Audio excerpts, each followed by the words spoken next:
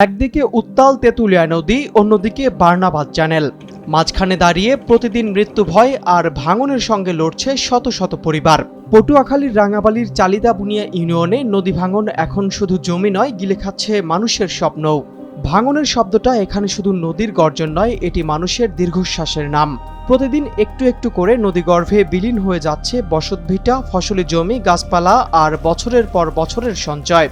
তেঁতুলিয়া নদী ও বার্নাবাদ চ্যানেলের ভয়াবহ ভাঙনে দিশেহারা হয়ে পড়েছে শত শত পরিবার। কৃষি জমি, ঘর বাড়ি, শিক্ষা প্রতিষ্ঠান সবকিছু নদীতে বিলীন হয়ে যাচ্ছে। আমরা সরকারের কাছে জোর দাবি জানাচ্ছি নদী ভাঙন রোধে কার্যকরী ব্যবস্থা নেওয়া এবং টেকসই বেড়িবাঁধের গোলকসহ বেড়িবাঁধের দাবি জানাচ্ছি। না হয় হয়তো কিছুদিনের মধ্যেই চালিতবিন ইউনিয়নটি বাংলাদেশের মানচিত্র থেকে মুছে যেতে পারে। বাড়িঘর ভাঙলে আমরা 4-5 ঘর করে বাড়িঘর উঠেছি, এখন যে আমরা যে থাকার মতো কোনো আমাদের জায়গা নাই। স্থানীয়দের ভাষ্য, প্রায় 2 দশকেরও বেশি সময় ধরে চলা এই নদী ভাঙন যেন তাদের জীবনের অবিচ্ছেদ্য অংশ হয়ে গেছে। কেউ একবার, কেউ 2 বার, আবার কেউ 5 বার পর্যন্ত হারিয়েছেন নিজের ঘর, জমি আর সহায় সম্বল। ভাঙনের পর নতুন করে ঘর তুললেও স্বস্তি মেলে না। বর্ষা আর জ্বর এলেই শুরু হয় উৎকণ্ঠা।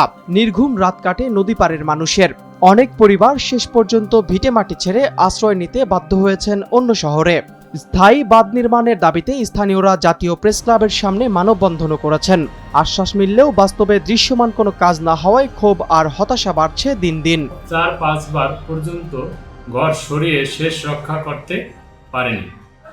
বসত ভিটা, কৃষি জমি ও রাস্তাঘাট নদী গর্ভে বিলীন হচ্ছে।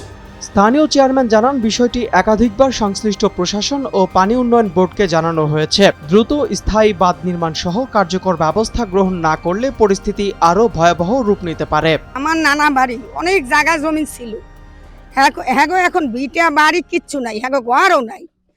এখন আমরা সরকারের কাছে আবেদন করছি, দাবি করি যে আমাগো নদী ভাঙনটা ভিরানের একটু ব্যবস্থা করলে আমরা খুশি হইতাম। এডু আমাগো অনুরোধ। 26 বছর দেখছি নদী আছে মেলা দূরে, কিন্তু ভাঙতে রাস্তায় খুলে বাড়ি করে থাকি। 4-5 বার করে বাড়ি করছি আমার এই বয়সে। এখন মনে করেন যে একটা বাড়ি করবো, বাড়ি করার মতো কোনো সুযোগ আর নাই। যার যে জায়গাটা ওই জায়গায় থাকি, ভাঙতে নিতে নিতে এই বরাবর আইছে, এখনো ভাঙে, কিচ্ছু করার নাই।